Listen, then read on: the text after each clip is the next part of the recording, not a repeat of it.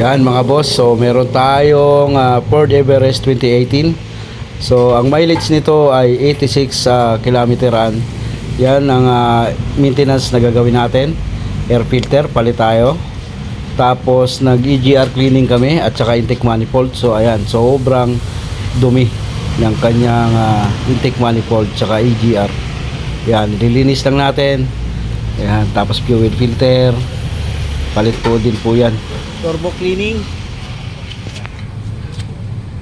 Pagka malinis na yung turbo, ganito po ang tunog niyan pag umikot.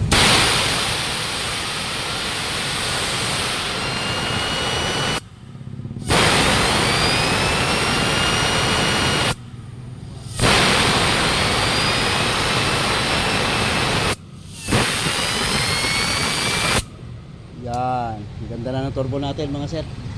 Yan, nag-EGR cleaning tayo. Turbo cleaning, sobrang kapal po yung kanyang ayan sa EGR po yan. Yan, Ford Ranger 2.2. So nag-turbo cleaning tayo mga sir.